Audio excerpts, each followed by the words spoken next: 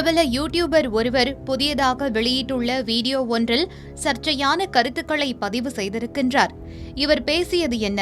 Views பெற வேண்டும் என்ற வெறிக்காக எந்த அளவுக்கு வேண்டுமானாலும் இறங்க ஏன் துணிகிறார்கள் போன்ற பல்வேறு கேள்விகளுக்கு பதில் சொல்கின்றது இந்த செய்தி தொகுப்பு. தூத்துக்குடி மாவட்டம் கோவில்பட்டியில் நடைபெற்ற திமுக கூட்டத்தில் முதலமைச்சர் விஜய் குறித்து சர்ச்சைக்குரிய வகையில் பேசிய விளாத்திக்குளம் எம்எல்ஏ மார்க்கண்டேயன் போலீசாரால் கைது செய்யப்பட்டார்.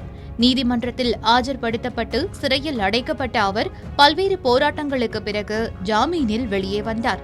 எம்எல்ஏ மார்க்கண்டேயன் சிறையில் இருந்தபோது செய்தியாளர்களை சந்தித்த அவரது மகன் முதலமைச்சர் விஜயை கடுமையாக விமர்சித்திருந்தார்.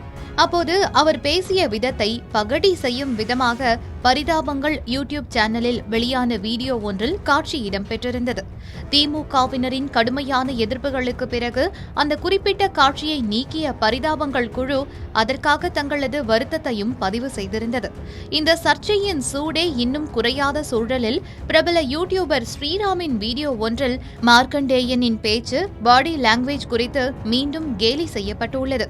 ஏற்கனவே சர்ச்சையான ஒரு விஷயத்தை மீண்டும் கையில் எடுத்துள்ள ஸ்ரீராம் ட்ரெண்டாக வேண்டும் என்பதற்காக பிரச்சனையே வந்தாலும் பரவாயில்லை என்ற நிலைக்கு வந்திருக்கிறாரா என்ற கேள்வியை இப்போது எழுகின்றது.